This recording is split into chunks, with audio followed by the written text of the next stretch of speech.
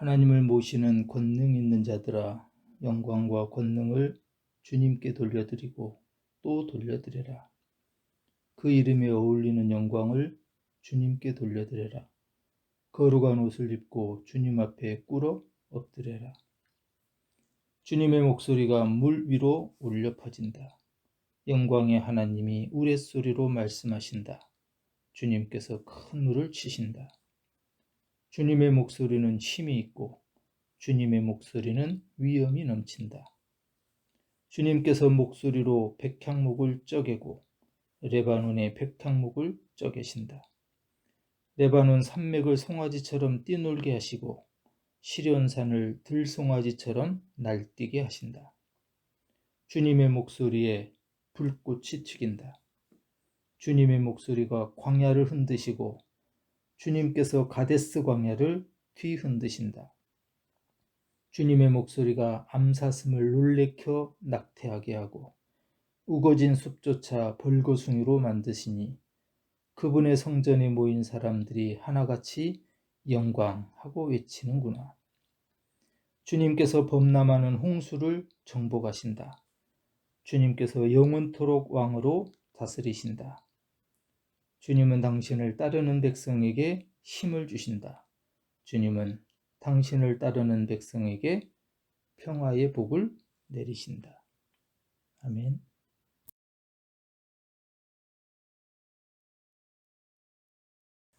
주님의 목소리에 대해서 이렇게 노래합니다. 주님의 목소리는 물 위로 울려 퍼져서 큰 물을 치신다. 주님의 목소리는 힘이 있다. 주님의 목소리는 위엄이 넘친다. 주님의 목소리는 백향목을 쪼개신다. 주님의 목소리는 산을 송아지처럼 뛰놀게 하시고 날뛰게 하신다. 주님의 목소리는 불꽃이 튀긴다. 주님의 목소리는 광야를 뒤흔드신다. 주님의 목소리는 우거진 숲조차 벌거숭이로 만드신다. 주님은 홍수를 정복하신다. 주님은 따르는 백성에게 힘을 주시고 평화의 복을 내리신다. 시편 29편은 이처럼 주님의 목소리에 대해서 노래하고 있습니다. 1절, 2절에 이렇게 말씀합니다. 하나님을 모시는 권능 있는 자들아, 영광과 권능을 주님께 돌려드리고 또 돌려드려라. 그 이름에 어울리는 영광을 주님께 돌려드려라. 거룩한 옷을 입고 주님 앞에 꿇어 엎드려라. 사람들은 힘을 소유하기를 원합니다. 그리고 힘을 가진 사람은 자기의 힘을 사용하려고 합니다. 소위 그래서 갑질이 나옵니다.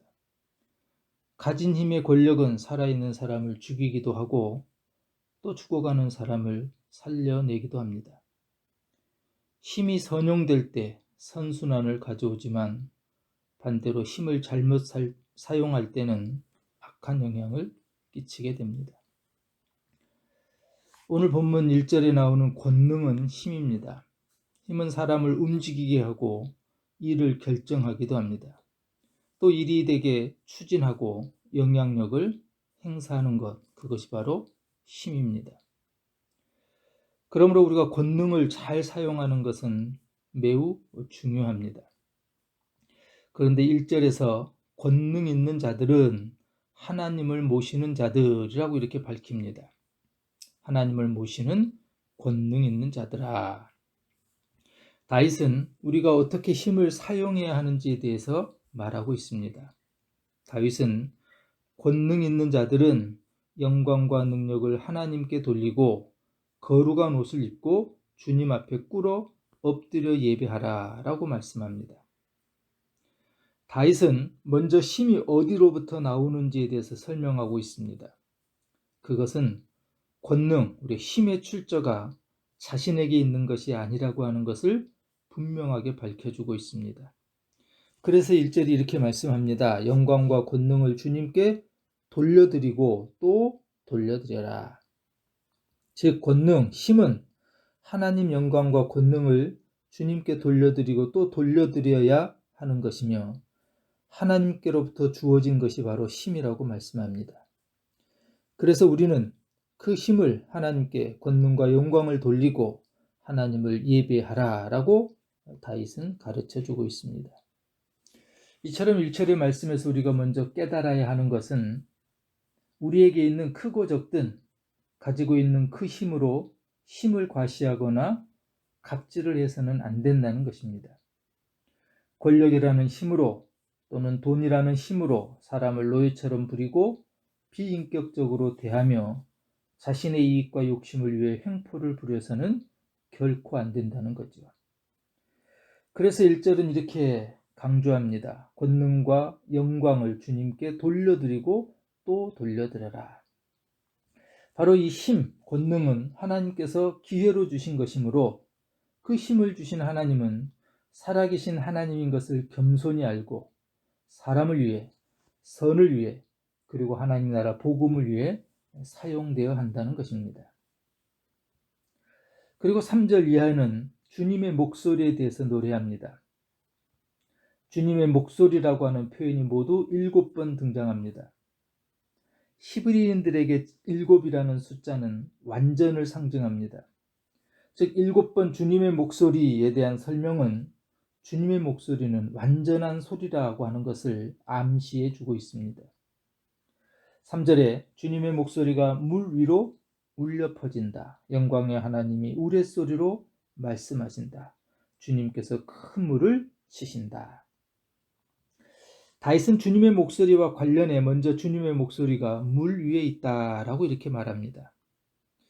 왜 주님의 목소리가 물 위에 있다라고 노래하고 있을까요? 다윗은 주님의 목소리에 대한 근원적 의미를 우리에게 설명하고 있습니다. 즉 하나님께서 자연세계를 주관하신다라고 하는 의미가 오늘 시편 29편에 나오는 주님의 목소리의 의미입니다. 주님의 목소리가 물 위에 있다는 것은 물에서 생명체가 생겨나듯이 만물의 근원이 주님의 목소리에서 비롯되었음을 선포하고 있는 겁니다. 주님의 목소리, 하나님의 목소리입니다. 마찬가지로 모든 만물이 하나님의 목소리인 하나님의 말씀으로 창조되었음을 일깨워 줍니다. 세계는 우연히 생겨난 것이 아니라 하나님의 목소리인 하나님의 권능의 말씀으로 창조되었음을 선포하고 있는 것이 오늘 시편 29편에 주님의 목소리가 담고 있는 의미입니다. 그래서 4절 이하에 구체적으로 이렇게 말씀합니다. 주님의 목소리는 힘이 있고 주님의 목소리는 위엄이 넘친다. 주님께서 목소리로 백향목을 쪼개고 레바논의 백향목을 쪼개신다. 레바논 산맥을 송아지처럼 뛰놀게 하시고 시련산을 들송아지처럼 날뛰게 하신다. 주님의 목소리에 불꽃이 튀긴다. 주님의 목소리가 광야를 흔드시고 주님께서 카데스 광야를 뒤흔드신다. 주님의 목소리가 암사슴을 놀래켜 낙태하고 하고 우거진 숲조차 벌거숭이로 만드시니 그분의 성전에 모인 사람들이 하나같이 영광하고 외치는구나. 다윗은 주님의 목소리가 힘이 있고 위엄이 넘치고 백향목을 쪼개고 레바논 산맥을 송아지처럼 뛰놀게 하며 시련산을 들송아지처럼 날뛰게 한다고. 또 여호와의 소리에 불꽃이 튀기고 주님의 소리가 광야, 사막을 진동시키고 과데스 광야를 뒤흔들고 암사슴을 놀라게 하며 숲을 벌거숭이로 만든다고. 그래서 마침내 모든 사람이 영광, 하나님께 영광이라고 외친다고 노래합니다. 짧은 절수이지만 주님의 목소리가 얼마나 위엄 있고 크며 온 세상 만물을 다스리고 계시는가를 우리에게 그림처럼 보여주고 있습니다. 이 4절 이하의 이 말씀들은 주님의 목소리는 하나하나 엄청난 일들입니다. 이 놀라운 일들이 우연하게 저절로 일어나는 것이 아니라고, 그것은 바로 주님의 목소리가 하나님께서 하시는 일들이었다고 노래하는 겁니다. 결국은 하나님이 하신다, 하나님이 하셨다, 하나님이 하실 것이라고 하는 것을 이렇게 시편 29편에 다윗은 시적으로 표현하고 있습니다. 오늘 우리가 살아가는 것, 더 넓게는 세상이 돌아가고 지구가 돌아가는 것은 우연일까요? 결코 아닙니다. 오늘 다윗의 시, 다윗의 고백 속에는 이 모든 것이 하나님이 하신다라는 겁니다. 들에 피는 백합화를 보라, 공중 나는 새를 보라 라고 말씀하셨던 주님께서 하물며 너일까 보냐라고 하셨습니다.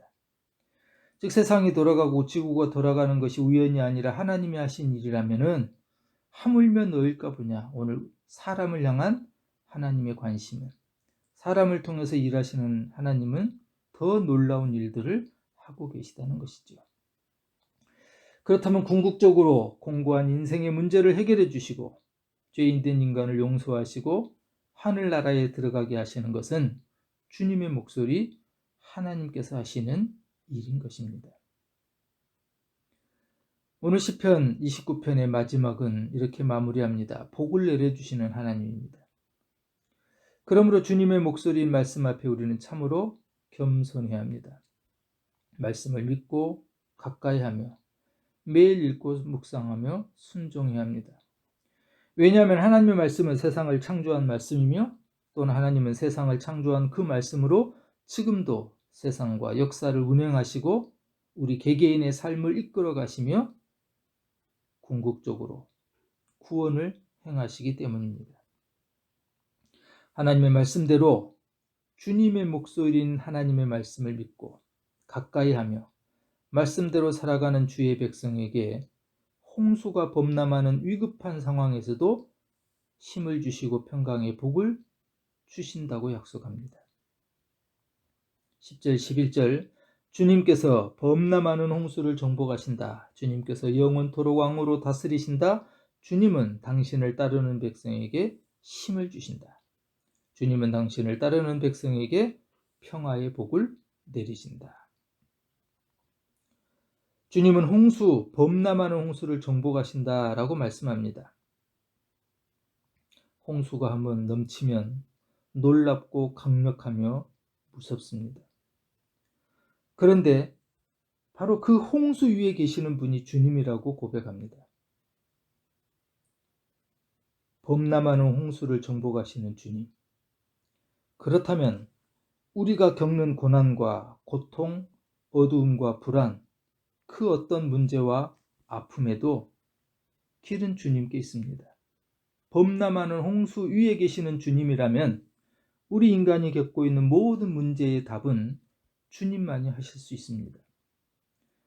그리고 우리가 믿는 것처럼 주님은 가장 선한 방법으로 해결하시고 가장 정확한 길로 인도하십니다.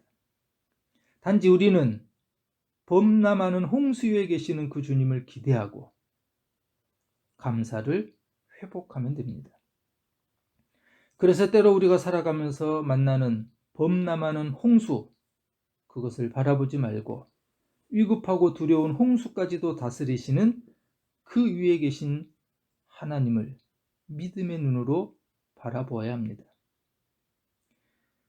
비록 내 눈으로는 보이지 않지만 영적인 눈을 열어 하나님을 발견해야 합니다. 지금도 말씀하고 계시는 주님의 목소리에 귀 기울여 보십시오. 주님의 목소리는 물 위로 울려 퍼져서 큰 물을 치신다. 주님의 목소리는 힘이 있다. 주님의 목소리는 위엄이 넘친다. 주님의 목소리는 백향목을 쪼개신다. 주님의 목소리는 산을 송아지처럼 뛰놀게 하시고 날뛰게 하신다. 주님의 목소리는 불꽃이 튀긴다. 주님의 목소리는 광야를 틔우신다.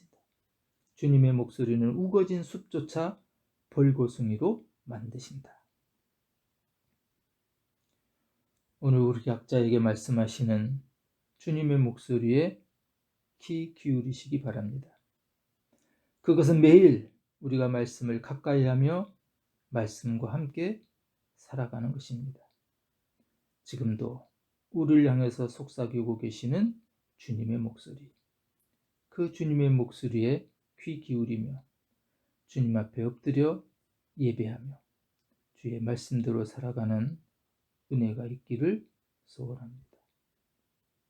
아멘.